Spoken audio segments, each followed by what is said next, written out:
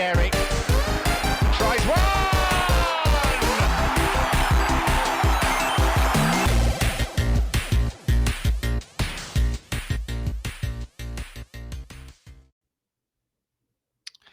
Well, if you want to sign Eza or Rodrigo, you're going to have to get that wallet out and buy some more jerseys because there's no more money left at the club. This is not that kind of Gooner, an Arsenal podcast.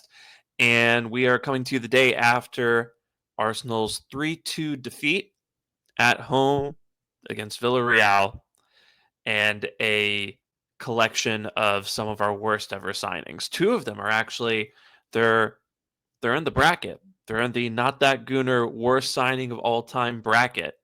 And I mean Nicola Pepe and Denis Suarez. So we'll talk about the bracket. We'll get to that. And of course, we're going to chat about the result and some of the performances, some of the things that we noticed tactically, some of the frustrations that we have in terms of how we feel preseason is going and whether or not we think that has any bearing on the actual season, as well as some other things that have occurred in and around the league. So we'll touch on all of that. Lots happening. Hope everything's good with you guys, with the listeners. And yeah, just very, very, I feel exhausted already. Season hasn't even started and I feel exhausted. This anyway, podcast has barely started and you're already exhausted. So what does that say? I know, also, man. I am like, sure. The worst part is I'm almost done with my coffee. Well, it's Starbucks. It's shit coffee. That's why it's not doing its job. Yeah, I know. This is no product promotion, by the way. I don't want to get us sued. You know, we're having a really good start here. So. All I'll say is that I had already gone to my usual spot once today, and I ran out of coffee pots. Well, actually, I didn't run out of coffee pots. I ran out of milk, and I wasn't feeling like going to the store. So I just did the next easiest thing. And yeah, I don't know. Anyway, Drew, how are you doing? Well, like we were talking about before we press record, I'm having one of those days where when you're in our rough age bracket and you have those moments where you're just like, when I was a teenager, why did I wish for adulthood? And I'm having one of those days. Like, I'm still currently working. It's 8:30. I haven't even eaten dinner yet. So I'm currently eating while we're doing this podcast. So I'm going to be muted a lot. I'm trying to collect all my thoughts to have an actual focused discussion with you about a match that, quite frankly, I don't care about. So it's a really interesting episode for me. You are in the distinct minority in that regard, by the way. It's preseason, man. I genuinely do not care nearly as much as the majority of the fans that I have seen, given some of the social media reactions that I saw yesterday. So thankfully, I wasn't working for one football that day, so I didn't have to like collect myself on shift to be able to do my job without flipping a table about some of the people's reactions. But here we are. So. Yeah, I don't know, man. I'm kind of in two minds right now after that match because on the one hand, right, I don't think we looked great.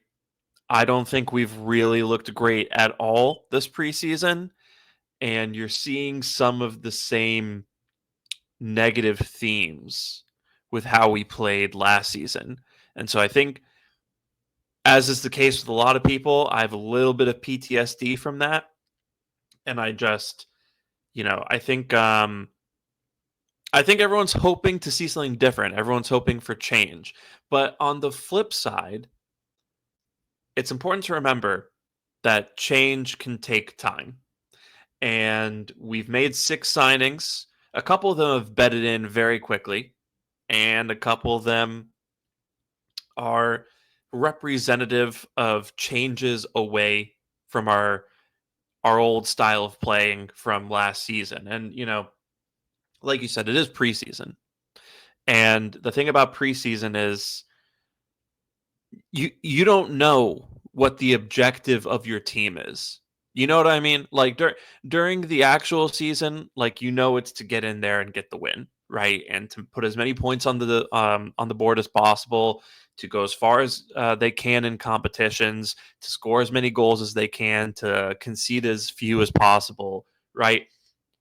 During preseason, I don't think that's always what teams That's always the top priority. You know what I mean? Like, of course, winning all your preseason games is nice, but I think I, we've said this a couple times in the pod already. The point of preseason is to get that fitness back up to, to a level where you're able to compete when the stakes are actually high, and to also work on some tactical things and learn about what your team can do and what they can't do. And I can't help but notice that I feel like Mikel Arteta's a very transparent person, and I don't mean to say that like um, he can't keep a secret, or he kind of vomits every waking thought he has into the microphone during pressers, but you can tell when Arteta is very unhappy with how a match went.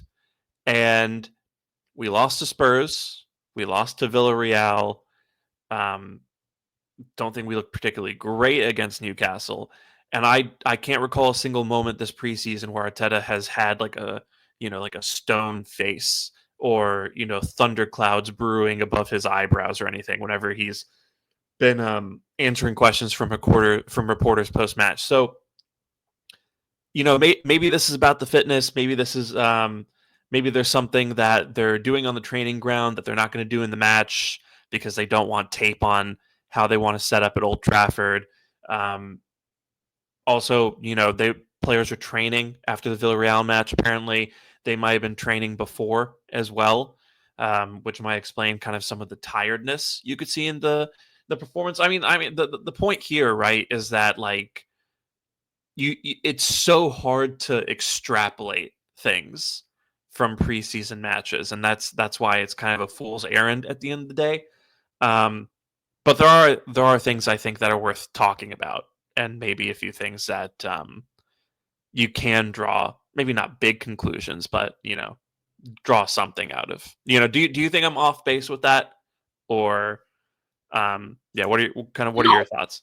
no, I don't think. I mean, as someone who has been in coaching and youth development for, we do the math, doing that math, 20, 21 years now, I can tell you that preseasons, the vast majority about preseason is making sure the new players that you have to work with are bedding in correctly, on the pitch, off the pitch, culture of the club, all those kind of things. And also, so much of it is about fitness as well, and also finding those levels that you think maybe players can hit both early, like where they're at as when they come into camp. All these kind of things are really important. Yeah, you want to obviously instill tactical, what's the word I'm looking for? Kind of like make sure that framework is also being worked on in preseason, but the actual results themselves don't matter.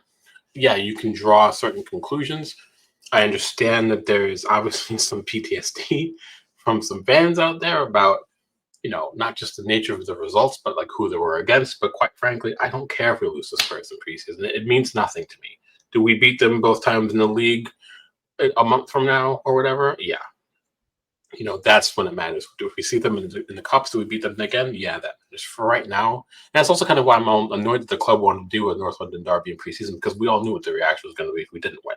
So that just annoys me by default. And I think something like that is a bit more sacred than to have it boil down to a preseason fixture that's halfway across the world. And that doesn't mean I don't think foreign fans don't deserve or shouldn't be credited with or presented with the experience of seeing one live. I think that's amazing. I just feel like a North London derby should be kept as it is, like the prime thing where so much of your season usually hinges on it in various ways. It shouldn't be melted down to a pre-season friendly. That's kind of what I mean. Regardless of where it's held, it could be held at the Emirates. I would have had the same opinions. It doesn't really matter about that. But no, I don't think that you're wrong in saying that you can have some concerns, right?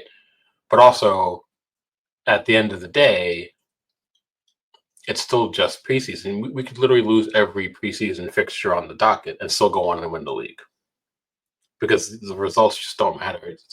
But all I would say now is the manager will have a really good baseline of where we're currently at, the things we absolutely do need to work on. He'll hopefully be sussing out the best team for match day one, all these kind of things.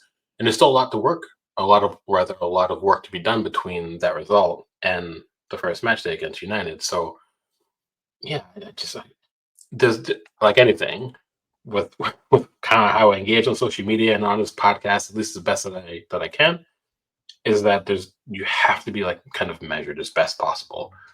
Yeah. There's still too much context, still too much nuance you can draw on.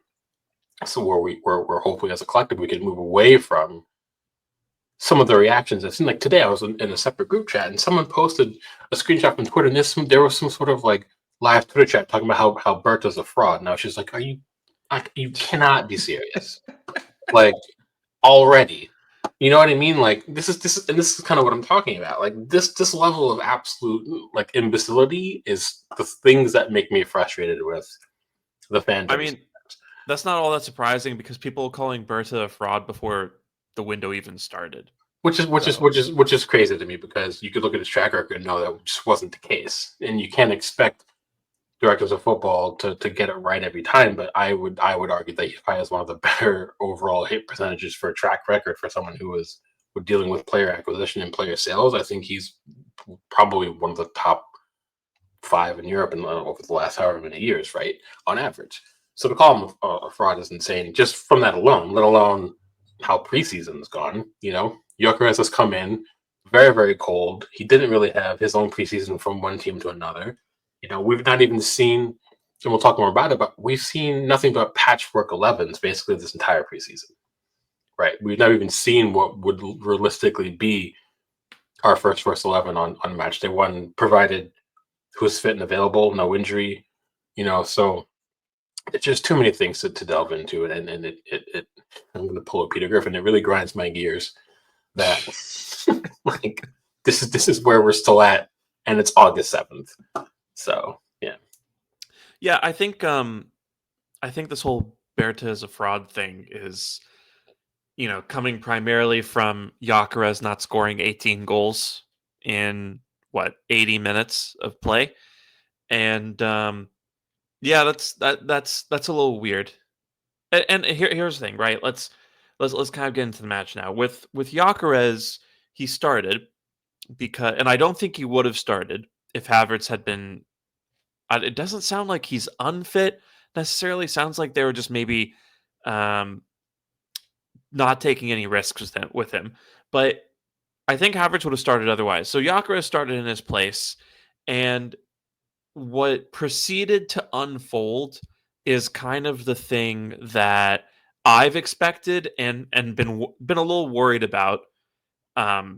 Not massively concerned at this point in time, but this is kind of the things I was worried about with Gyökeres, which is it's a very big change in how we normally play in order to facilitate him, right? And you saw it where Gyökeres spent basically the entire time he was on the pitch trying to make runs in behind Villarreal's defense, and he wasn't getting picked up, and he wasn't getting the ball passed to him as often as he'd like it to be. And people are talking about the Martinelli missed opportunity to pass to him. I don't think Martinelli was great at all, but I do think that is a bit of a harsh criticism for him. Just because he really would have had to thread the needle to make that pass happen. But I mean, I digress. So Gyökeres, didn't get that many chances. There was that one opportunity where I think Marino played the quick ball in. Saka was going to be running onto it, but Gyökeres beat him to it, swung his foot at it first time, forced to save. And yeah, like you said, like he was playing in front of a midfield of Norgard, Nwaneri, and Marino. Those guys aren't going to be starting with him week in, week out. And so I just think people maybe need to take a beat on the Gyökeres thing and just kind of remember that these guys are going to have to adjust to him. And also the guys who are going to be feeding him the ball, like Odegaard, right? Like they haven't really played that much with him so far. And I think another thing that I think is going to really play a huge role is Madueke.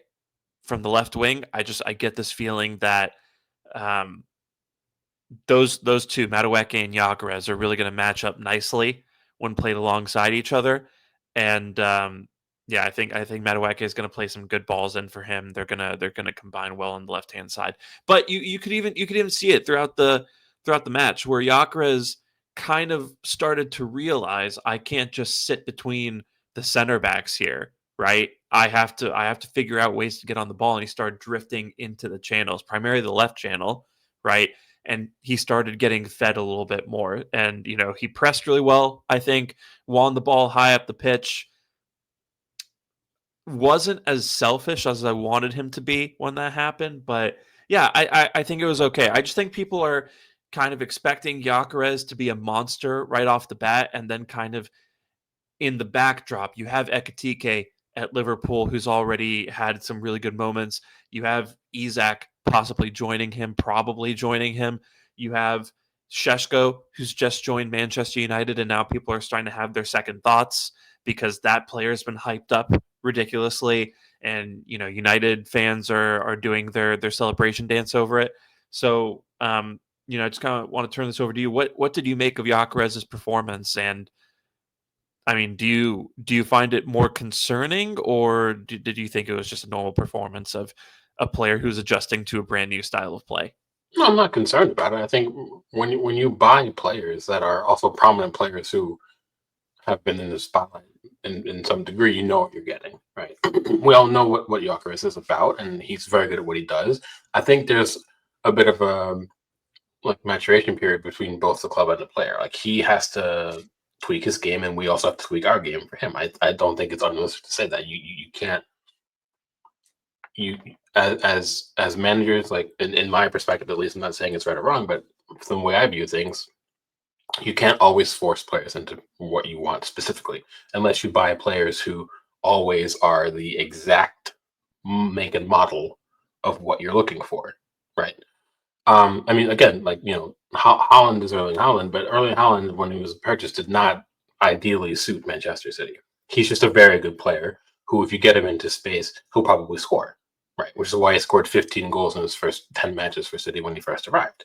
But there was still questions surrounding if he was still a perfect fit for them, because despite him getting that rate of return, in the box, he was still kind of almost lost in the system in the beginning. Has he adapted now? Yeah, of course he has, right? And you can see it, how his game has evolved away from who he was when he was younger by 2 or 3 years. So I think when it comes to Gyökeres, I think people took the trope of he requires less development than Šeško, and I think that is true. But it doesn't mean that a player doesn't still have to adapt to the system. It just means that who he is as a player, he's probably not going to further develop beyond that, because very few players get better than what they are at 27 and 28. That's very, very rare. I think players like Jamie Vardy are one of the very few exceptions where he got better as he aged, right? But usually players, especially strikers, they're the best iteration of themselves in that window, 26 to 30 or whatever. So no, I don't think it was concerning from him. I think you saw the kind of runs he'll make, the kind of runs we need a center forward to make that we've lacked for a while. I think to a degree you could say that the players around him have to reacclimatize to having that pass as an option, that through ball as an option, that ball over top as an option. I think there's some conversation to be had about that.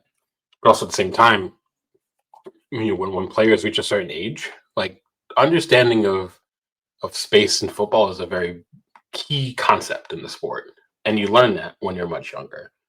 It should not take that much to ask a player to pick their head up and see a possible pass and attempt it. If you don't complete the pass, that's okay. But when you show your willingness to make that pass, it gives the defense something else to think about.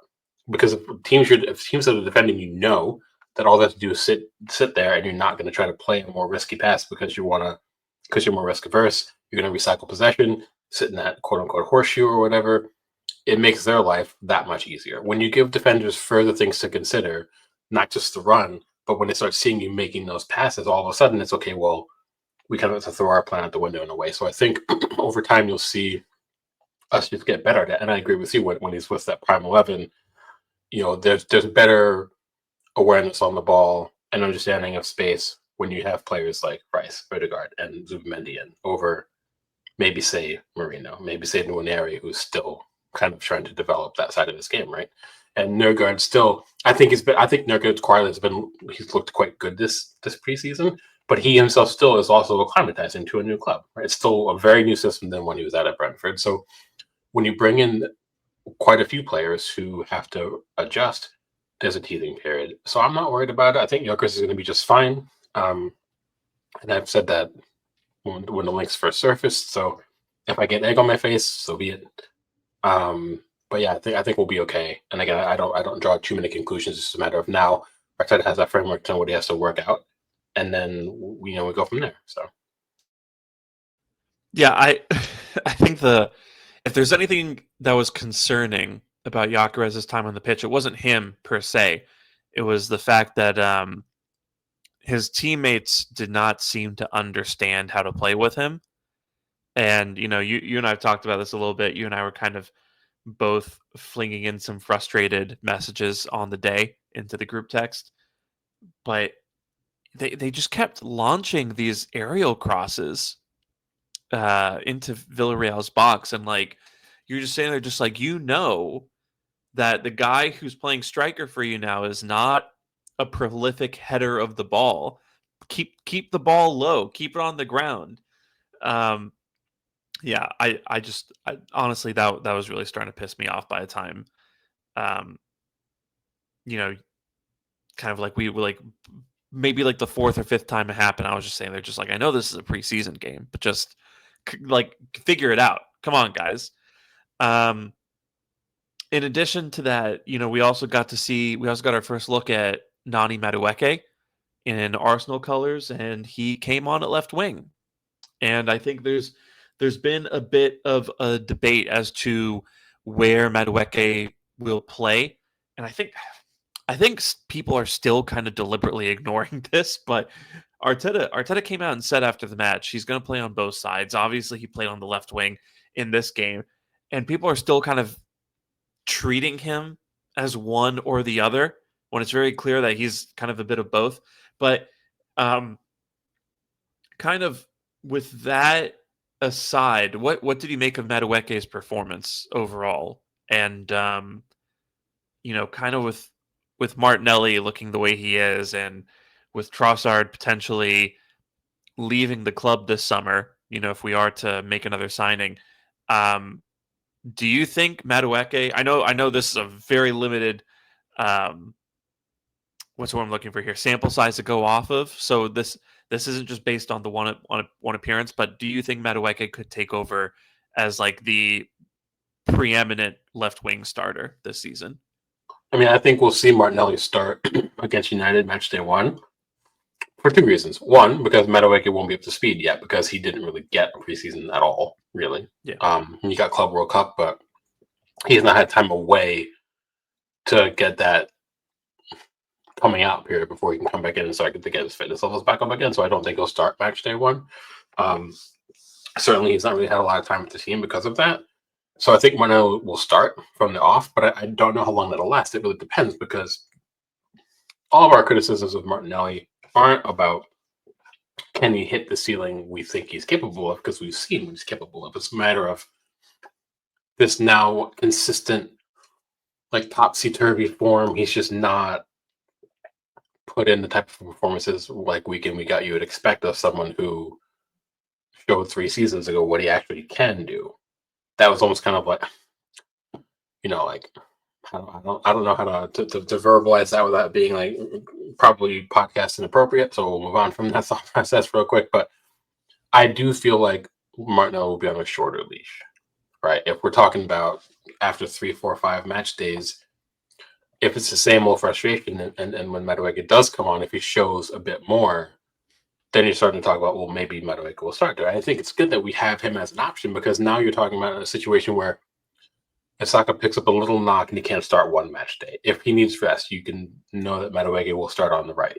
And now that Martinelli is under pressure because he exists in the team now. I also think he offers something a bit better where he's so good at taking his man on and at least try to drive into that space on the ball And Martinelli has, for some strange reason, he just seems he's lost confidence in his ability to do that. I think he's happy to run into space because he's still quite quick, right? You play Martinelli into space, he'll want to make that run. But his inconsistency in trying to beat his man and eliminate someone out of the defensive shape and then drive into the final third, that's like Madueke's bread and butter. He's one of the most direct players in the Premier League. And because he's because he's left-footed, then you're looking at a scenario where if he beats the right back or whoever's in that space, and you obviously drives into the final third, you're looking at someone on a preferred foot that can play a ball across the face of the goal to whoever it is, whoever it's Gyökeres, maybe Saka at the back post. You got a late run in from Rice, or the guard on top of the box. That opens up a different tactical consideration that you don't have with Martinelli. So, yeah, it's gonna have to be it's up to Martinelli to keep his place. Because I think now I don't want to bring this up, but like even though you have someone like Max Dowman who's coming on, and showing in small sample size that even he himself is being more effective in the final third than Martinelli is. And when that's the scenario, you kind of know that. I wouldn't say Martinelli's time is up. I hate using that term, but he definitely has to prove consistency, or else we now have players it seems like Arteta would trust to put them in to replace him, and that's kind of exactly what you want in your squad in general. So, and I'm fine with that. Yeah, no, I mean, I tweeted this thing. I really meant for it to be a joke, and a lot of people took it way more seriously than I thought they would.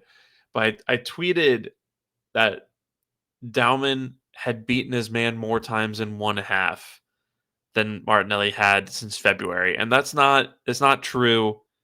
Um, but kind of the point does still stand. Where do you know where Martinelli currently is in terms of percentage for or percentile for successful dribbles? I do not. Off the top of my head, 12th. I do not. Okay, that's 12%. Yeah. that's bad. Like that's Very like, bad. yeah. 88% of Europe, 88% of forwards in Europe are better at beating their man than Martinelli is. And that doesn't win you anything. That doesn't win you the Premier League or the Champions League. Um, and then you looked at Madueke, and again, this is a guy who just came back from holiday, and this is a guy who, like you said, was playing almost every match of the Club World Cup, and had a very long season before that. But he was still getting past his man at a pretty solid rate. Played in like some very threatening crosses while he was on the pitch, and he was only on the pitch for like what 10, 15 minutes maybe. Um, yeah, like just already you see that directness and that confidence and that willingness to take on your man and you risk losing the ball. And if you lose the ball, you'll try it again, right? And you'll go over and over and over. And this isn't to like hate on Martinelli or anything, but it's just this is elite football, where if you are not doing the job, people are going to come take your place eventually. And so you see it with Madueke, you see it with us still looking at players like Eza and Rodrigo. You see it with Max Dowman coming in and being our best player in preseason, and just getting past players on a regular basis at the age of 15. Right, this guy is 8 years younger than Martinelli is, and he's already showing more efficacy at the one-on-one game. So, um, if I was Martinelli, I would be worried. And Sammy Mukbel was on Latte Firm earlier today, basically saying that Arsenal didn't want to sell Martinelli this season because his value had dropped so much, and they were hoping that he would have a good 25-26 season, and then they could revisit the idea of selling him in the summer. That's where he is right now, according to one of the most reliable journalists in the game these days. So like, um, I am very worried about Martinelli. I do think Madueke is going to overtake him pretty quickly, honestly, and yeah, I mean there will be more Max Dowmans. I mean, there might not be anyone as good as he is for quite some time, but there will be more players coming out of Hale End or being signed to the club who are desperate to take that shirt off your back and take your place in the starting lineup. And Martinelli just doesn't seem to have responded to that. On the subject of Max Dowman, um, do you have any worries stemming from and let me know if you disagree with the statement, stemming from him being maybe our best player this preseason?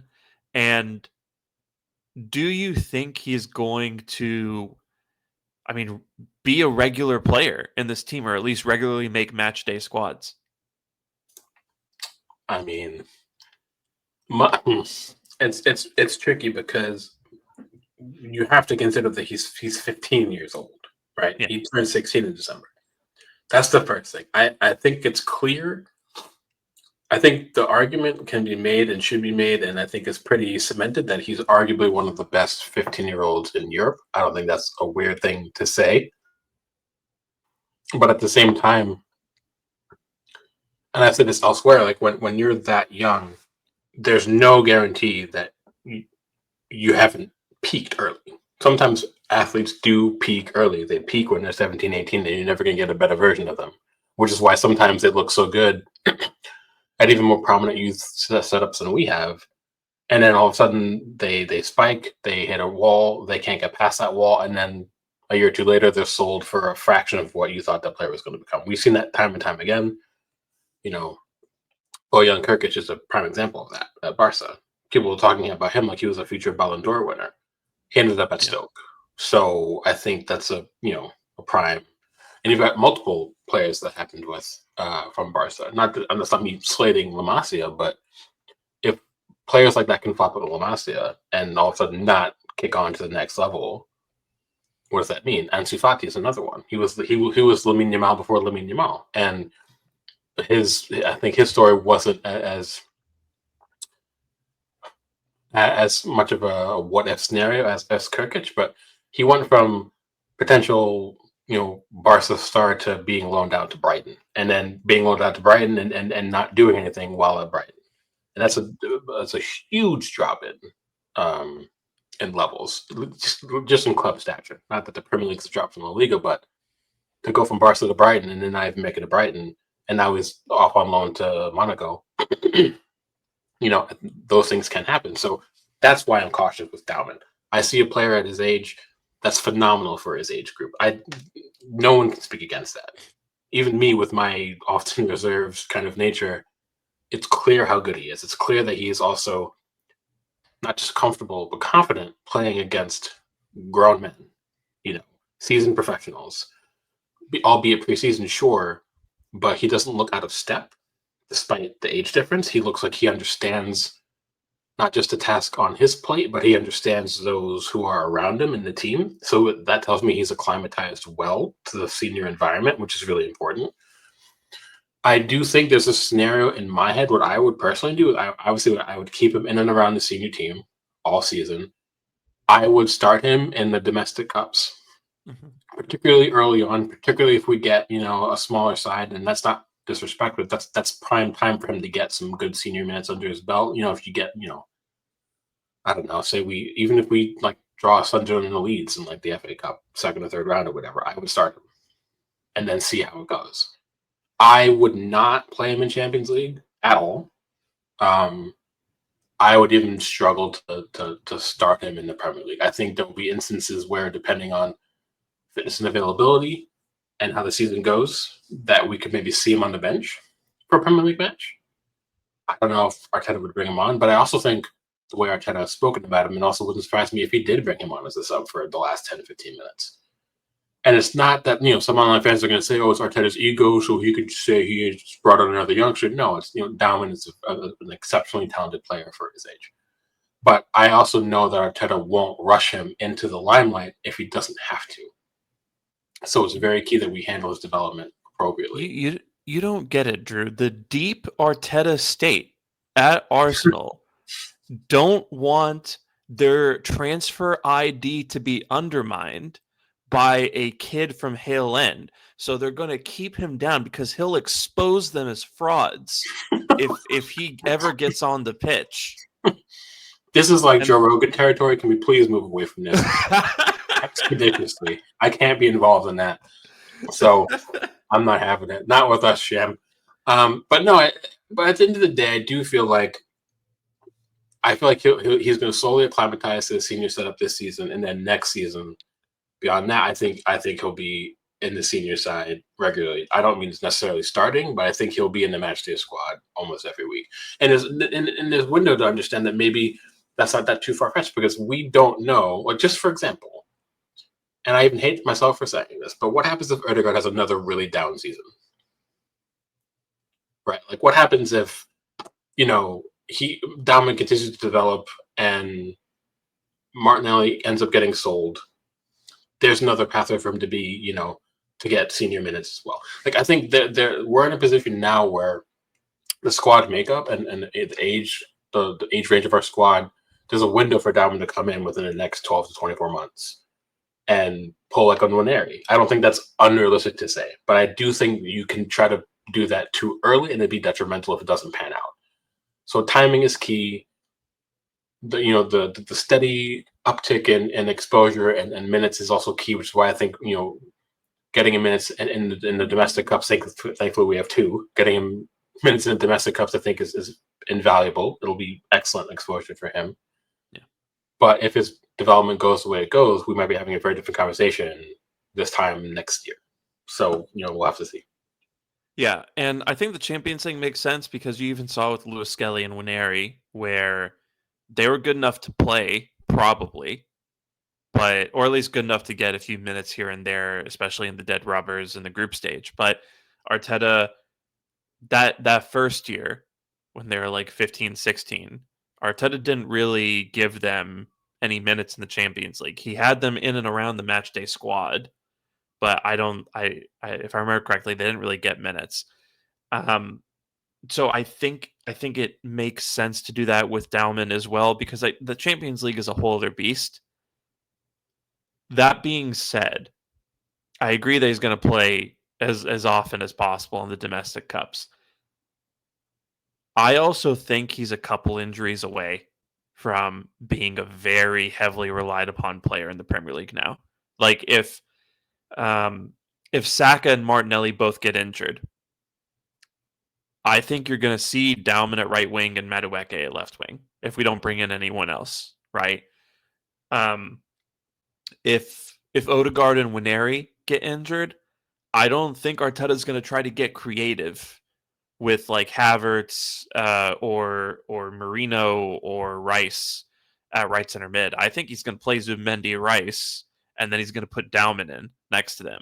You know what I mean? So I think he's right there in terms of involvement in the squad. It's just that obviously there's a couple senior players ahead of him, and sorry, for some reason someone's racing on the road just outside.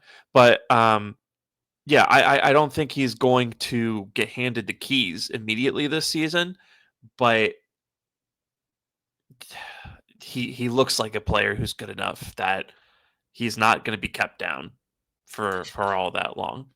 Yeah, maybe so. I think it's a really good point because there are very few players who could come in and offer you the same type of profile that Dowman can if we're missing one of the key like creators in chief, so to speak. Yeah, I think there's a conversation about if Saka, like let's just say God forbid, like I don't know what this is used, knocking on wood right now. Yeah, quite literally on my desk. If both Saka and Odegaard went down injured for a prolonged period of time, I do think you'll see Dowman in the Premier League. I think you might even see him start, depending who the opponent is, because who else in the senior squad could best try to emulate those two players, right? You'd have Madueke on right wing, right?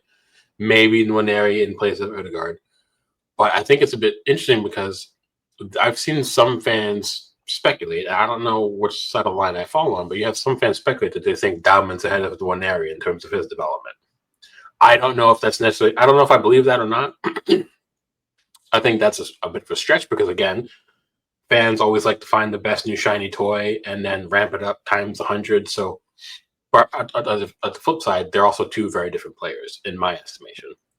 So, yeah, I do think if we had a very similar injury crisis this coming season to last season, I don't think it's weird to say that Arteta might trust Dowman in the Premier League. Maybe depending on the opponent. Maybe you'd even find a scenario where, let's just say we lost Odegaard, and I don't know, maybe we would then start Havertz and Gyökeres in the front two, and then sit with Bryce Zubimendi in midfield, and then you have two wingers on either side. We could maybe even see that. I don't think that's out of the realm of impossibility because we know for a fact that Havertz, to his core, isn't a center forward, but we also know Gyökeres is very good at playing with someone alongside him. He does for Sweden with Isak. And he looks quite good in that system. The system is different, but he can coexist with another forward in the forward line and still perform quite well. So I think that's kind of why I'm appreciative of kind of the way we build out the squad now, because there's other options we can consider without trying to shoehorn people into something maybe they're not ideally suited to. So I think there's a conversation around that. I still think we shouldn't force the Dowman conversation before he forces us to. You see what I'm saying? Like, when it becomes so undeniable that he should be starting in the Premier League, that's when you should start him in the Premier League. Until then, give him the cups, keep exposing him to the senior side as I think he'll be, again, training with the senior team all season long. I think he'll probably come in and out. He'll probably still get minutes with the under-21s, and then we'll bring him in maybe, for the domestic cups or whatever. But sometimes players become undeniable, and then you play them, which is what happened with Lamine Yamal. And I hate making that comparison because fans were already saying that Dowman's the answer to Lamine Yamal, which is insane. But that's the overall player development aspect is age doesn't matter if a player is good enough to be able to survive in that environment. And if once he proves that, like, unequivocally, that's a different conversation. Until that's unequivocally proven, and you need more than just 3 preseason matches to prove that, then you can have that. Then you can revisit it. So until then, who knows what'll happen? But I see your logic behind it for sure. Yeah, and I think with the Winery thing, I wouldn't say he's ahead of Winery in development right now. What I would say is that Winery now has a very big reason to make sure that he ups his game to the next level over the course of this season. Because if he doesn't, he now has someone right behind him breathing down his neck who could pip him in that pecking order at the rate that they're progressing in their own development right now. But I don't think we're there yet. I'm not going to sit here and say I'd take Dowman over Winery, right? Yeah, I with everything I've said taken into account, I do want to stress that this kid's 15 years old. Like you said, Drew, development is not linear. He's not going to keep getting better at this same rate. We might not see him again this whole season. And, a lot of people, if that happened, right, would start saying, why is Arteta not starting him? The deep Arteta state didn't succeed as a young 15-year-old, and now he's taking it out on this 15-year-old, whatever people want to come up with. But I do want to stress Arteta's going to see this guy in training against his players, against his, senior first team guys every single day, or, every single day that Dowman is allowed to train with the first team. And so things can happen behind the scenes that cause the manager and other people to make decisions that we might not agree with. So, like, what I'm trying to say here is Dowman might suddenly drop off in training, and suddenly he's getting bullied and pushed around, by guys like Rice and Zubimendi and whoever, and Gabriel and whoever he comes up against. And Arteta might decide that he's not ready, right? That's perfectly possible.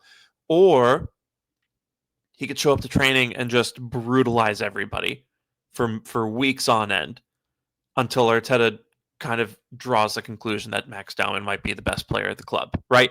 Those are both in the range of outcomes.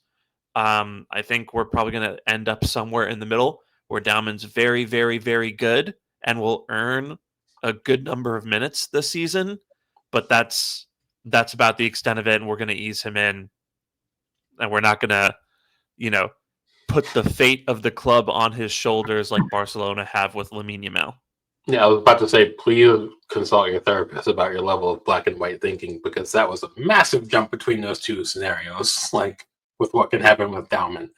And oh yeah, those aren't the only two possible those are very extremes, the hyper extremes, I feel like. But yeah, I feel like we'll probably end up somewhere in that middle ground.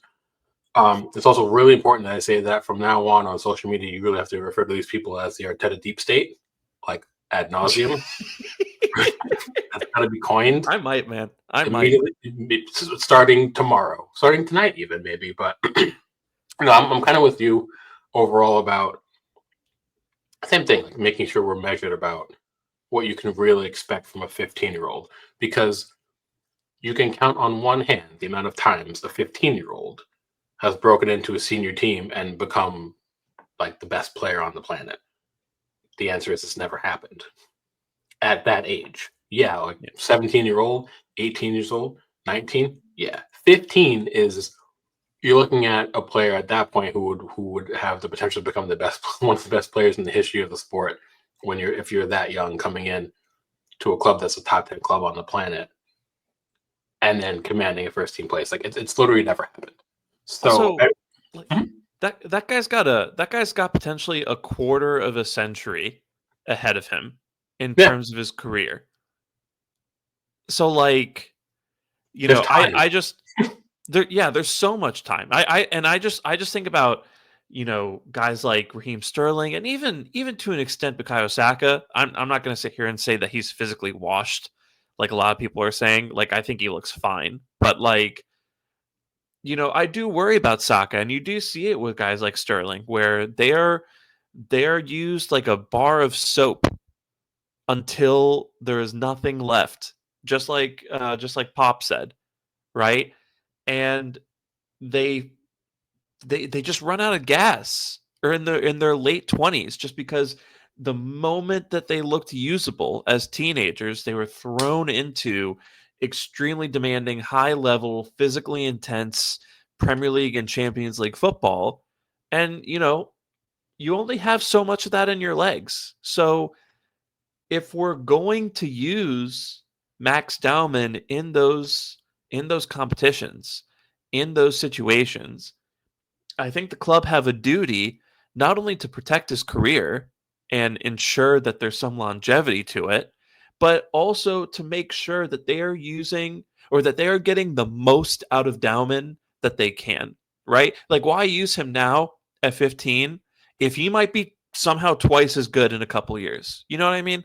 So like, I just think it's so important not to get overly excited about this thing. Like, obviously be excited, like that he's fucking incredible for his age, but like, I just think, I hate to be this guy who's like, oh, well, the club know better than you, like, why are you, these are professionals, we're talking. I don't want to be that guy, but like, they do know better.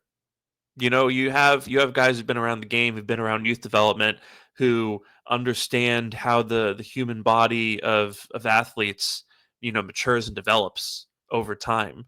So, these guys are going to be making decisions based on, decades of expertise. And it might be the wrong decision. It probably will be the right decision. And so I just kind of want to urge calm and caution, and no Arteta deep state fits if Dowman just isn't the factor this season that you wanted him to be. Yeah, no, I agree with that. And it's a really good shot about, the physiological side of the game, because I mean, Lamine Yamal has already changed in front of our eyes in 12 months. From a physiological standpoint, he's taller. His frame is slightly shifted, and when people forget that when you grow, how you adjust to your the way you've changed from physical standpoint, sometimes it can change your actual game. Yeah. So there's plenty of things to consider. Yeah, I don't want to dwell too much on it moving forward again for the rest of the show, but yeah. Not to mention that mentally and emotionally speaking, Lamine Yamal is now hiring little people for his birthday party and dating women twice his age. So, Thank you for saying it because I didn't want to. So I look to each their own. And if it's all consensual and everyone's fine with it, then fine. But just I do think there's also something to be said about throwing teenagers into that level of limelight there is so early. You know Of what I course. mean? Yeah, my brother. sorry. Well, no, it's okay. My brother, who was like heavily recruited to play D1 basketball and went on to play college ball. He was saying how when he was like 17, they would go to tournaments like in Vegas, for example, and they would end up in like hot tubs with people who were definitely overaged. They were not. You start throwing around money around teenagers. This is why a lot of athletes sometimes make wrong choices. That's very common in professional sports. We see it all the time here in the U.S. How many times do we see players go into the NFL at 19, MLB at 20, the NHL at 19, whatever? A lot of them come out on the right side, but a lot of them also come out on the wrong side. So yeah, there's so much about player development that isn't just about is this player good at kicking and dribbling a football. And that's kind of why. And I got into a discussion the other day with one of my friends, and I was talking about how one of the things I loved about Arsene Wenger and I love about Arteta is he tries his best to understand each of his players, who they are as people, like what you're working with mentally and emotionally. That's important when it comes to player development, especially when you're younger, because who a player is mentally and emotionally at 15, then you're different when you're 18, when you're 19. And we saw it with Lamine Yamal in front of our eyes again, like you say. So who would have expected this would have been the talking point surrounding him 12 months ago? Like he's having his own kind of like rendition of Wolf of Wall Street, with so that's kind of like almost a bit mind blowing as well. So there's just so many factors at play. So I just kind of feel like again, like I urge everyone to like just be cautious, be excited because of what he could become, 100%, 1,000% even. But leave it there and draw a fine line, or a rather large line rather, between what we hope he becomes and what he is now, and then just take it one step at a time. I'll put it like this. I think we have enough to win the league without Dowman. Yeah. Yeah. So there's no need to put all our hopes and dreams on him. Agreed. But yeah. Kind of aside from all that, I did want to just kind of pick your brain about the defensive side of the game, because Villarreal really ran right through us on the counter a few times. And, defense has kind of been our bread and butter for the last few seasons, right? That's kind of what has been the foundation of this Arteta era, a strong defense. And, every summer we're signing new defenders. This time around, we brought in Mascara. Last season was Calafiore, and Lewis Skelly was introduced into the squad as well. So, like, it was kind of jarring to see how easily we were cut open by Villarreal. Do you put that down to us being worse defensively for whatever reason, or do you think there's maybe another explanation for it that doesn't cause as much concern for you? I don't think we're worse for it. I think it's just preseason. When you when you're stripped of, Gabriel didn't play, obviously. I think that's a large part of it as well. And you could probably argue that, part of that question is the midfield, because I think while I rate Nurgard quite highly, and I do like Moreno overall, you're asking to, I would say, like, you have a very immobile Mikel Merino next to Nurgard, who is somewhat similar to Jorginho. I don't think he relies on his pace, of course. I think he relies on his understanding of space to be where he needs to be on time. And there's nothing wrong with that. But when you have two midfielders that way, I think then it becomes a bit of a detriment, obviously. And of course, you have Lunari also, who started the match in midfield, who, all credit to him for the progress he's shown, but it's also not Odegaard. It's not Rice or whatever. And I think when you consider all three of them are in the same midfield at the same time, at least to start the match, I think that kind of answers the question, right? Yeah. So I wouldn't be overly concerned about it. Again, there are very few things about this preseason that have overly concerned me across the board. I'm not concerned at all. We might not even look a great match day one if we still got to win. I genuinely couldn't care, because the whole thing for me now is just incrementally get better from here on out every weekend until you hit across the first month of the season. So then you can really guarantee results moving forward. I think that's all that matters to me, and I'm fine with that. So yeah. So with the defense, right? I'm not worried about it per se, because like you said, I mean, Gabriel just came back in that match, and you definitely don't want him sprinting down the pitch after Pepe or whoever at full speed.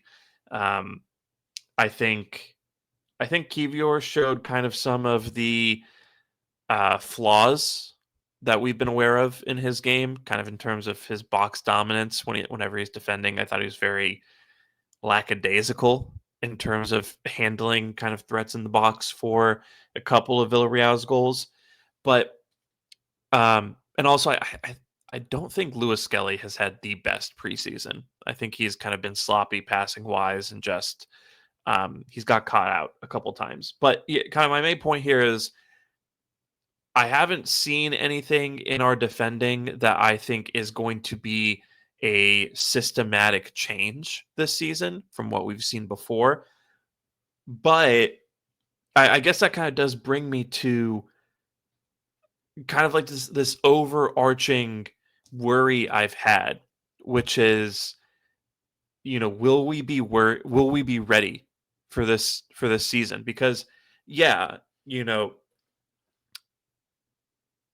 we're not going to start match week 1 in mid-season form or mid-season shape. That's just not how it works. But our first 6 games are United away, Leeds home, Liverpool away, I think Forest home, City home, Newcastle away. That's a brutal run. And we're going up against the two teams that we're probably going to be competing for the title against. And I just, they're not going to be at in prime condition either, probably, when we face them, which I guess is one benefit of when we do play them. But if you lose to City or Liverpool in these first 6 weeks of the season, you're now playing catch up. And we've seen with Liverpool twice now. If they get a lead at the top of the table, they will hold on to it. City, kind of same deal. City are good at kind of clawing their way back in, and they're good at staying at the top of the table. My point is, while I do accept that we're not going to be at our best, I still think we have to be really damn good from minute 1. And if we get to Old Trafford and we're not putting away clean-cut chances, or we're not creating enough shots on goal for Gyökeres, and Mbumo or Cunha or now Šeško hit us on the break, there's going to be an uproar among the fan base. But more importantly, I think we're already going to be on the back foot against Liverpool and City. So that's kind of the worry that I have. And I'm not trying to be alarmist. I'm not going to sit here and say that we're screwed this season and it's top 4 that we're aiming for and all that. I'm just saying the margins are probably thinner than they've ever been for us. And I'm just not sure that we're going to be firing on all cylinders from minute 1 like I think we need to be. I think that's a fair concern. I don't ever really consider you to be. I think you've had one alarmist moment that I can recall the entire time I've known you. So just the one that I've seen. Maybe you're hiding it quite well. And I also don't spend a ton of time on Twitter usually, so yeah, it's probably going amiss. But yeah, I don't think you're being alarmist here. I do think it's fair to say that because of you could argue this Premier League season, at least on paper, is going to be even more competitive than the last season. I think that's not unfair to at least suggest.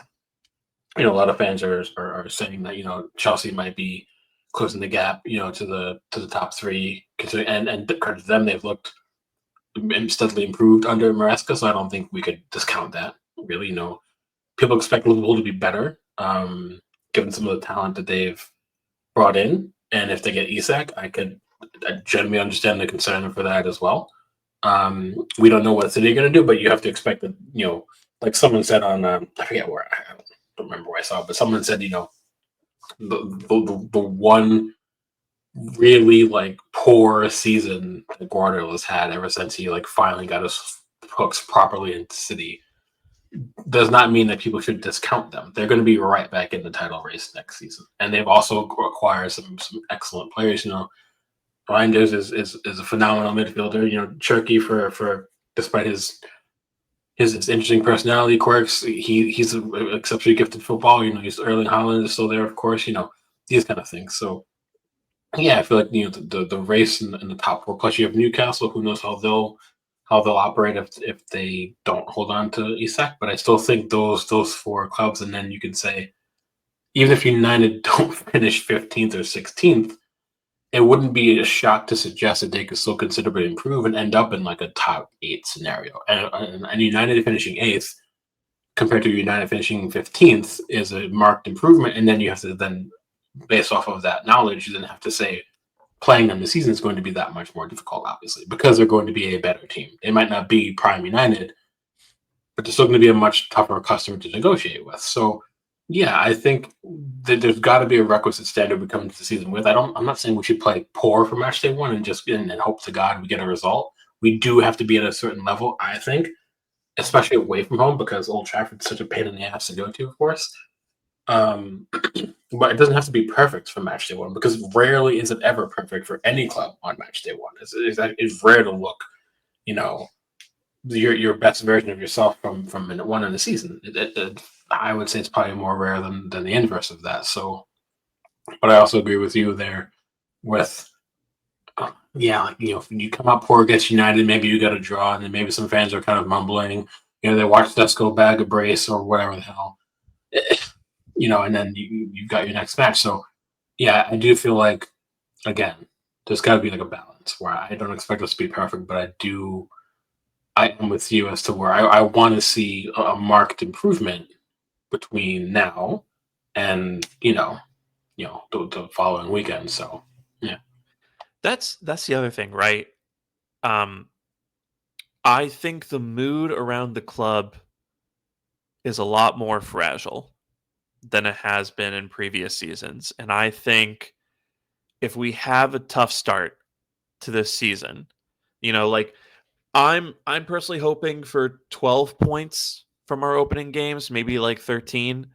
Um, I was talking to a friend of mine about this, and what I said was I want to beat United, Leeds, Forest.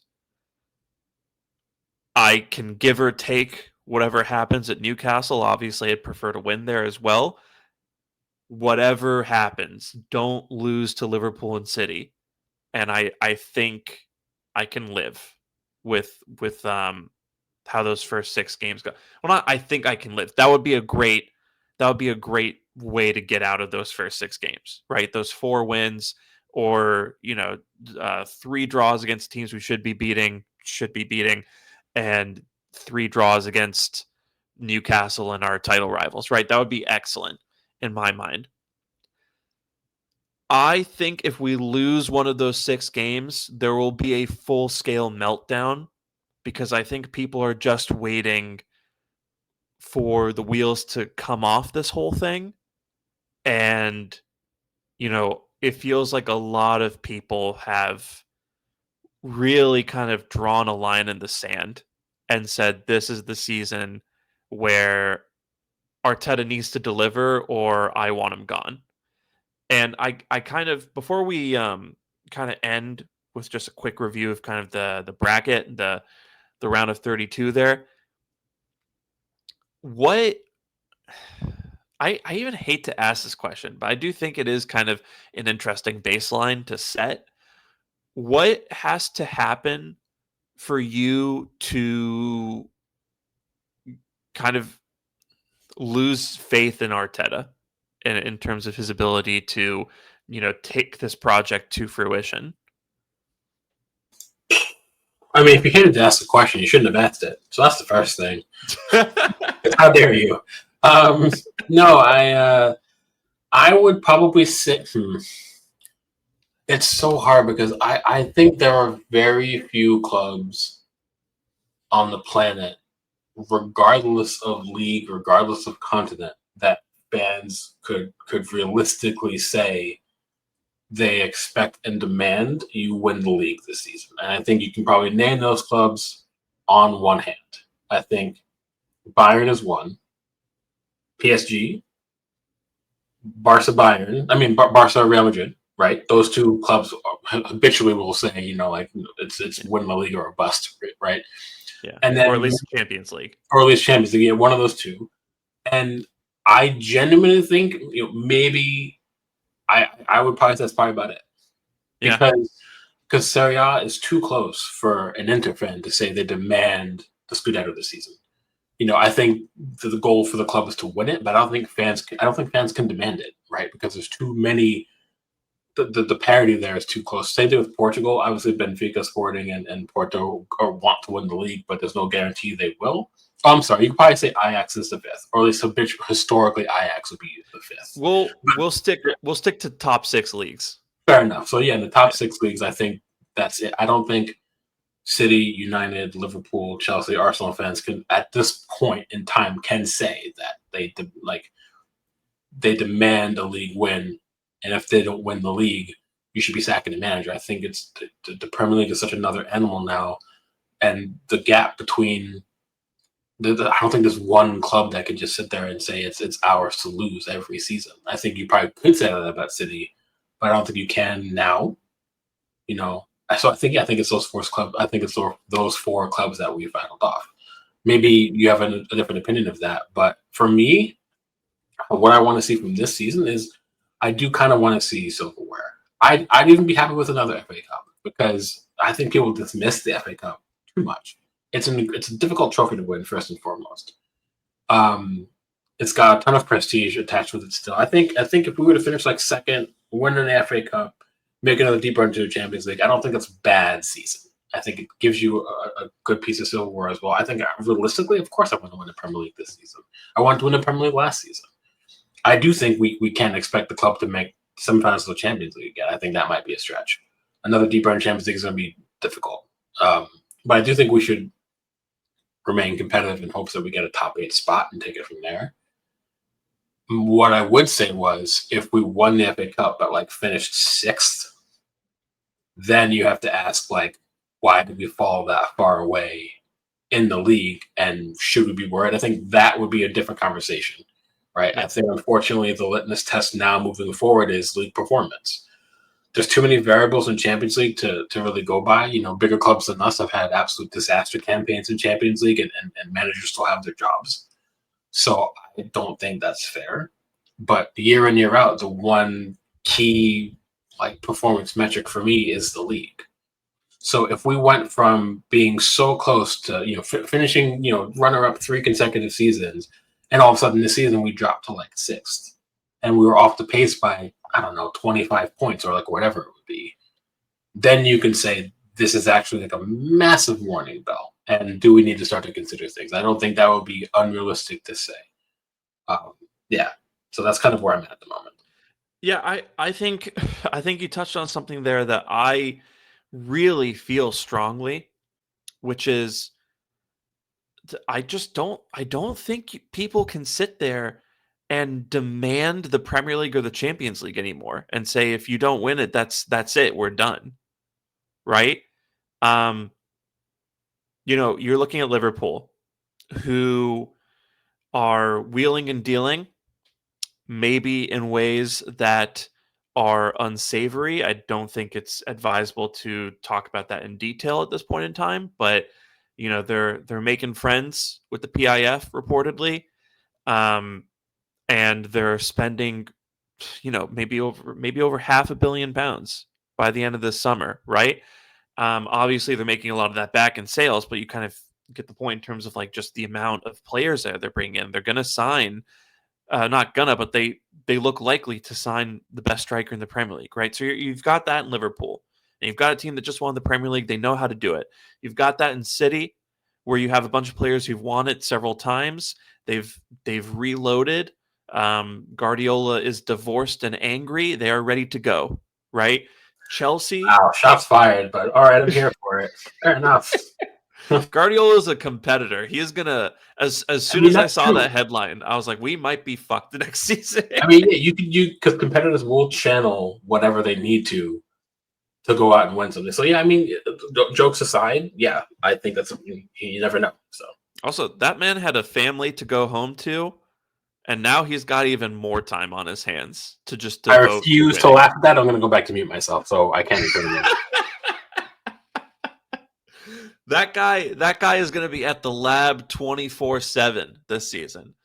Yeah, people aren't talking about City enough. Anyway, so you have those two. You have Chelsea threatening to take that step up, right? As much as people want to, poo-poo the Club World Cup win. I'm not saying it's like akin to like the Premier League win or Champions League win, but like they beat the teams in front of them. That I can say. It wasn't the most grueling run, but they did it. And they have a really, really talented collection of players. They have a good manager. They could surprise us. United, they're better. Spurs, they're better. I don't think any of them are really going to figure into a top 4 or title race.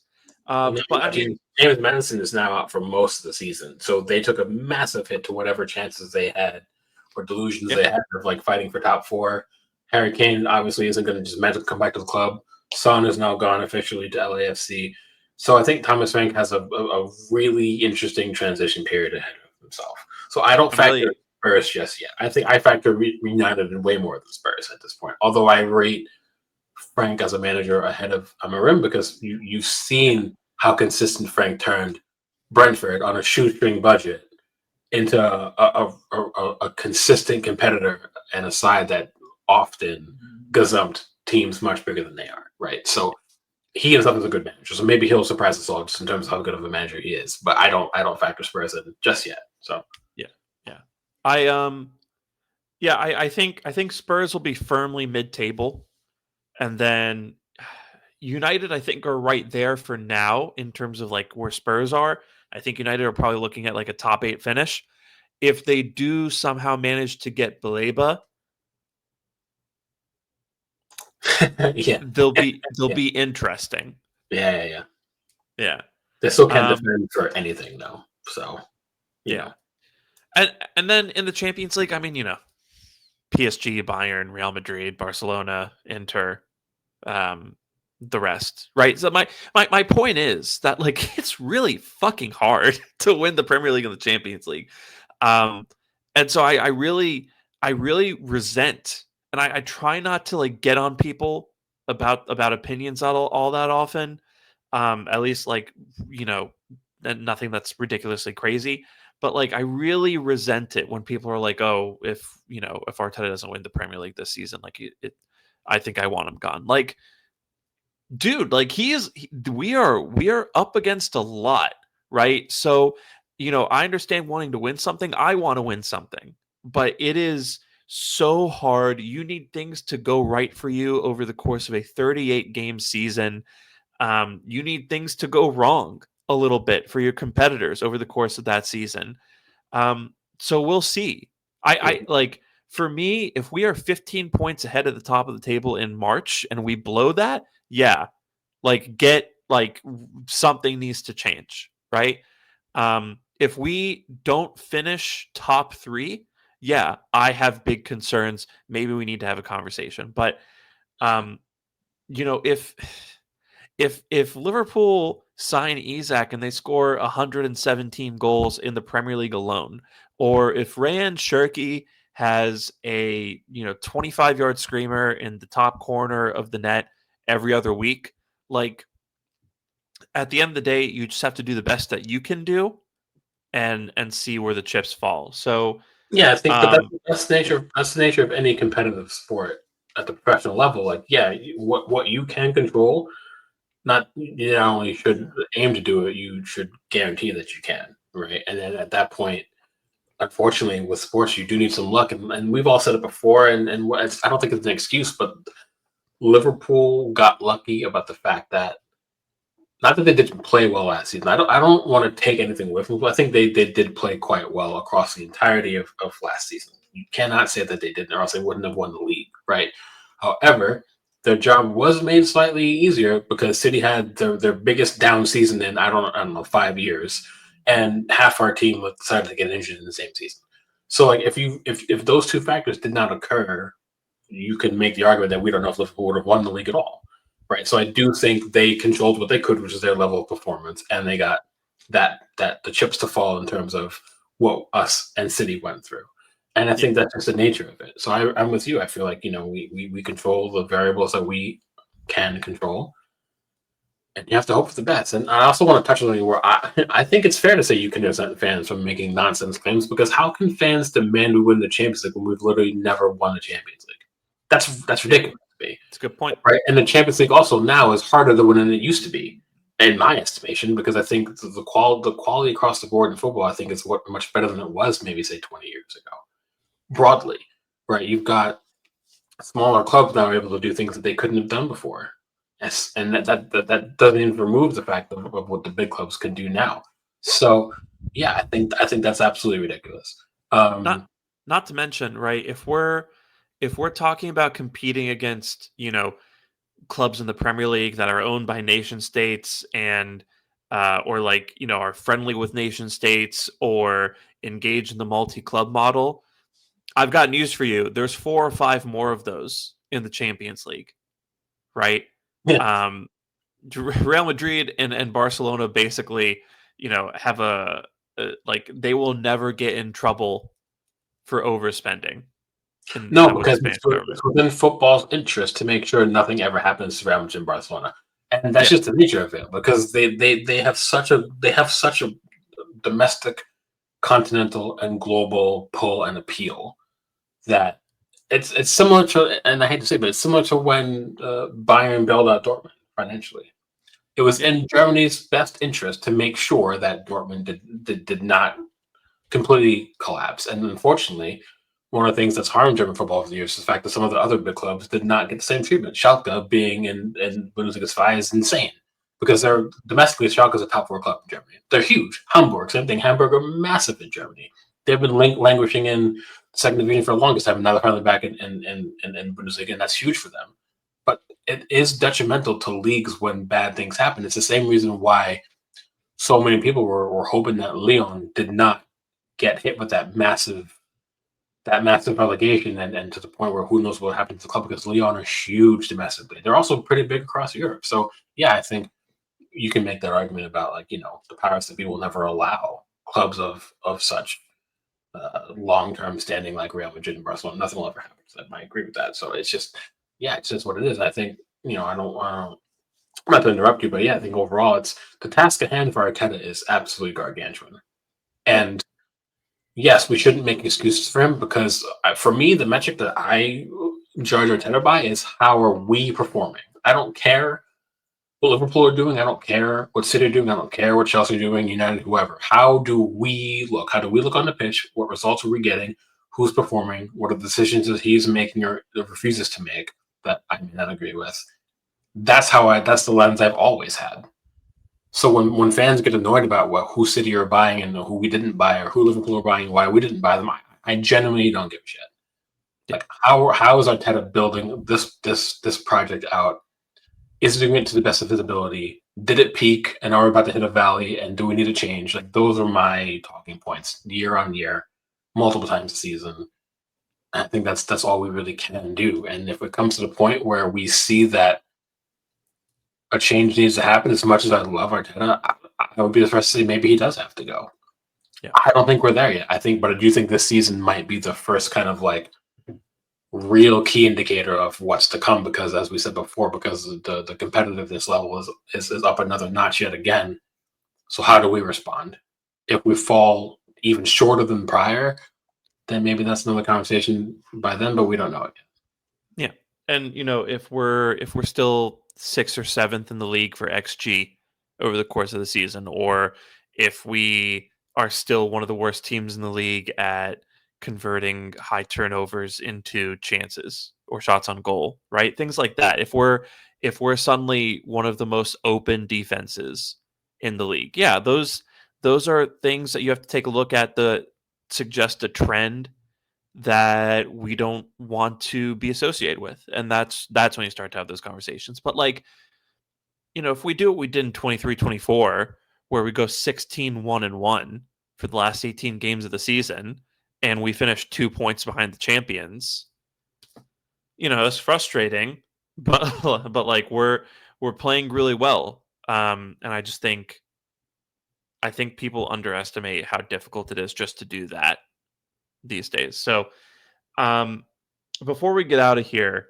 as I mentioned at the top of the pod, we did a worst players, or sorry, worst signings of all time bracket, right? Because it was kind of a question that's been rattling around in my head a little bit, and I thought it'd be interesting to see people's takes on it. So we do have the round of 16 going right now. If you go to the Not That Kind of Gooner Twitter page, which is at Not That Gooner, you will find the polls currently going on. Those run until Tuesday, I believe.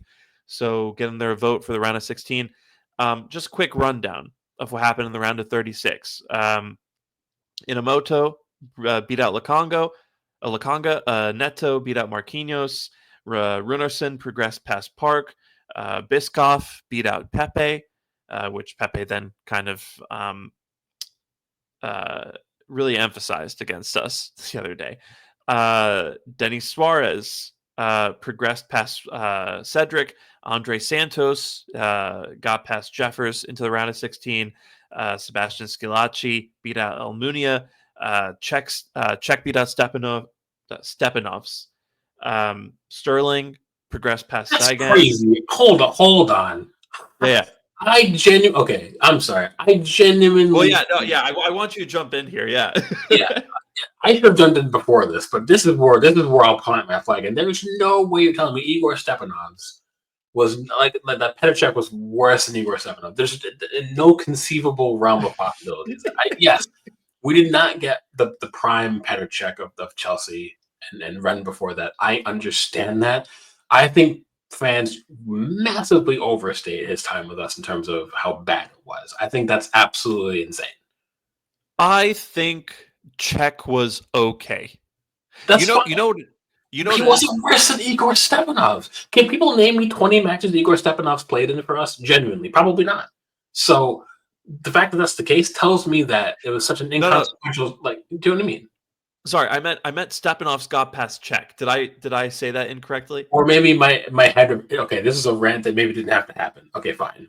We'll just X this out from all our brains because maybe I misheard you, or maybe you misspoke. Either way, I'm glad that that's the case. Fine. I will say, I think Czech was just mid, right? Sure. But I think the thing with Czech is people hate on him because of the window he came in during. Yes, I think that's fair. Yeah. Which by the way, I still get mad about. I threw a fit at the end of that window when I realized that Czech was our only signing. But that's fair. That's fair. On the other side of the bracket, Sterling overcame Sagan.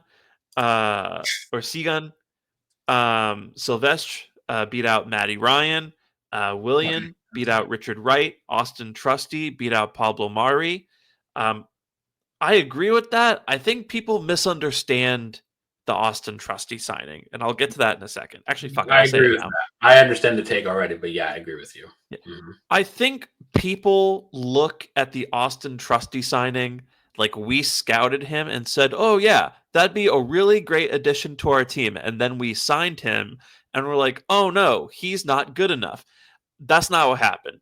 We signed this guy from a Kroenke-owned MLS team and loaned him out to get him that exposure into European football. I mean, in a way, we are in a multi-club model. It's just a very fucking useless one because it's with an MLS club. 100% are in a multi-club model in that realm. Yeah. It's one we don't use because, as someone who unfortunately has to cover MLS regularly for work, there's not a lot of players that have come through the doors at Colorado that could ever hack it in the Premier League, let alone at Arsenal, right?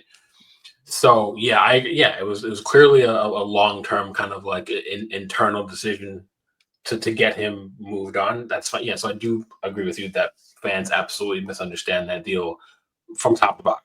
So yeah, it was a favor. It was a favor to the Kroenkes. That's what that signing was. So if he loses to Willian in this next round, I will actually be genuinely upset. Kim Kallstrom got past Yaya Sanogo. Shkodran Mustafi beat out William Gallas. Lichtsteiner progressed past Asano.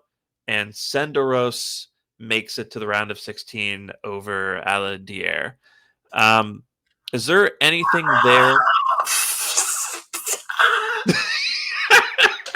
Okay, so the answer is yes. What? Man, there's got to be some revisions that as well because, I mean, Philip Senderos was starting for us in Champions League in some big games and performing. Yeah. So and Jeremy Aldier, I think for me, I would class Aladier as the failure, not because he was like demonstrably bad, but he never hit the heights that people thought when he was coming through the ranks in France. Yeah. People talked about Aladier in a way, not like Anelka or Henry level, but he was supposed to have a much better career than he actually did have. Vastly better. And he never did. And that's okay. Because sometimes things just don't work out, right? Yeah. But I like I said, Senderos was in our back line on big Champions League nights. Never looked out of place. Wasn't he in the back four when we beat Real Madrid at the Bernabeu? Yes. When we blanked Real Madrid, Senderos was in that 11. You know, playing against a Roma side that had like Francesco Totti in his pump. All these things, right? And Senderos never looked out of place. You could maybe argue that he lacks the overall consistency that you'd want to see. I think that's a fair suggestion. Yeah. But to say that he's worse than Jeremy Aldier, I think that's harsh. That is really. I also think a lot of fans maybe they don't even remember Jeremy Aldier. Also, a lot of fans might not even remember Philip Senderos because a lot of Arsenal fans, and this isn't a disrespectful thing because it's just a reality. Fan bases take over in generations, right? A lot of Arsenal fans now are quite young. You know, they're younger than you and I for sure. And I've been an Arsenal supporter since 1995. We won't talk about my age right now. So it's a long time. So I've seen like how things have gone, right? But I remember the way fans talked about Aladier and Senderos. I remember watching both of them like vividly, and I think that's harsh. But I'm not the one that voted, so it is what it is. I was honestly loath to put Senderos in here in the first place, but just no one else got nominated that I would keep him out for. I do remember though someone nominated Johan Giroud, and I thought to myself when I saw that, I was like, no, like he was fine. Like he wasn't a catastrophe on the pitch every time I saw him. And Senderos is kind of the, I felt the same way about Senderos. Like you would put both those guys in a Premier League match and like, yeah, sometimes like they'd get beaten and, they clearly weren't, they were not the best we had at that time, but they were perfectly serviceable. So yeah, I think that's a bit of a weird one. So I want to just before you move on to the next one, the chocolate knock broad, I want people to remember Senderos started on a back four that included Toure, fine, right? Abue at right back, okay. Mathieu Flamini was playing left back, and I think Mathieu Flamini, for what he was, decent player. I think in midfield, he had quite a few moments for us that were top. He wasn't a left back. He was a makeshift left back, against a Real Madrid side that, if fans forget, had R9 up front, Zidane and Guti in midfield, Robinho, David Beckham, right? And The then Thomas, Galacticos. right. And then you had Roberto Carlos, obviously on the other flank. That's fun. You had, Sergio Ramos in that team. Thomas Gravesen started at 6. Casillas was there. Yeah, this is like one of those Real Madrid teams where people look back and you had other players off the bench. You had Antonio Cassano when he was still thought of as the second coming of Christ in the Italian camp. You had Raul coming off the bench, Julio Baptista, and when he was at Real Madrid, he wasn't necessarily a bad player. And we kept a clean sheet in the Bernabeu with Philip Senderos putting in a 90-minute shift. So I just think that's crazy to me. But we can move on. I think there's only really one other bracket or one other matchup here that I think is worth talking about, and that's the Gallas Mustafi one, early round heavyweight clash. That's fair. Mustafi got through, and I don't think that's ridiculous. But I just think, I don't know, William Gallas rubbed me the wrong way, to be quite honest. It reminds me of one of those like March Madness brackets where it's 8 versus 9, and like either one of those teams, like they're so even, it doesn't really matter who goes through, because that's kind of how I view that. I feel like both of them probably should be in the next round anyway, so I don't have much to say about it. I feel like if it was reversed, I'd agree with it still, because probably for different reasons, but I do feel like I have no issues with that. I think that's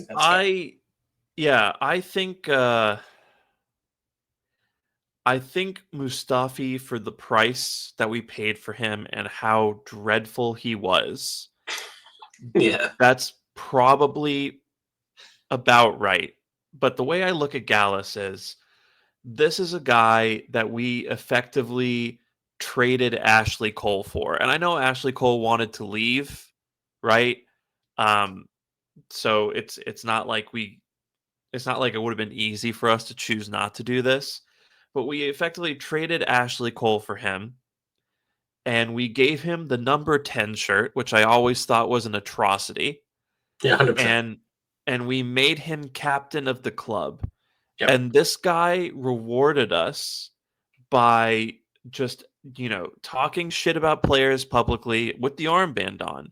That moment at Birmingham City where he just sat there on the pitch and, threw his little tantrum instead of kind of showing some leadership and trying to console his teammates.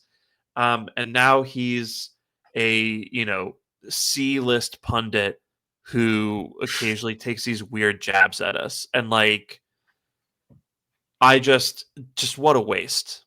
And so, again, Mustafi, I probably would have voted for Mustafi too on another day, but I just want to say what a fucking bad signing William Gallas turned out to be. But I think contextually, you could understand why I would probably vote for William Gallas in that position. And yeah, I used to be one of those, and throw whatever shame, make me do the Cersei Lannister walk. Okay. But I used to try to find ways to defend Mustafi, and I do think, because I think there were those odd times where he actually did defend well, when you were like, okay, can we just see more of that from him? And then it never happened, ever. And I feel like that was the frustration with him, because then he would follow that up with an astronomically horrendous performance for 4 match days in a row.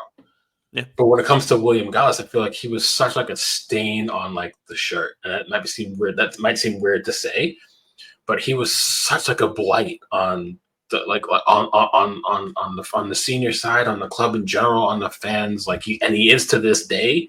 I have a visceral hatred for him that I don't have. Mustafi was just a bad overall player. William Gallas is a complete POS in every sense of the word, beyond how he performed on the pitch. So I think that's why, for me, I would probably vote for him over Mustafi. I think that's a perfect way to put it. Where Mustafi was a bad signing and a terrible player, which is a shame, because Mustafi, kind of on paper, I think he had the physical attributes to be a really good center back. It's just that he had the mental fortitude of wet toilet paper. Yeah, exactly. Exactly. That guy crumbled every time things got remotely difficult. Yeah. But Gallus is a stain on the club. Yeah, 100%. Yeah, I think that's a great way to put that. Well, okay. Well, next week we will talk about the round of 16 results and talk about who gets through, whether or not we agree with those takes and things along those natures. So we'll see how that goes. We'll put a bow on it here, but thanks so much for being here with us. I know that preseason hasn't been the goal fest that we wanted it to be, but I feel better after talking about this. Hopefully you do too. That's what I'm here for. The big bucks is to cheer you up. Yeah. It's my entire existence summed up. Oh, man. Your check's in the mail. Excellent. There'll be better coffee than what you fucking drink, so it's fine. It's just the one time. I go to local places. I'm actually going to go to a Palestinian place I love because it's Friday tomorrow. But I just wanted some caffeine, and it was 20 feet away. I know, big mistake. But although Starbucks, if you ever do want to sponsor the pod, let us know. Sure. Yeah, but so we'll be back on Tuesday. We've got a great episode with a great guest that I'm really excited about. So we'll be doing that on Tuesday, and then hopefully the three of us will be back later on next week to do a predictions episode ahead of the start of the actual season. So looking forward to that as well. Until then, take care, and just try to stay sane. It's a long season. If you burn yourself out emotionally before match week 1, it's not going to be fun. So just take some breaths. It's going to be okay. Get some coffee that's not from Starbucks. Go for a walk. We're all in this together. But we'll be back with you on Tuesday. Until then, get your mind out of the gunner, and we will talk to you soon. So, bye. Bye.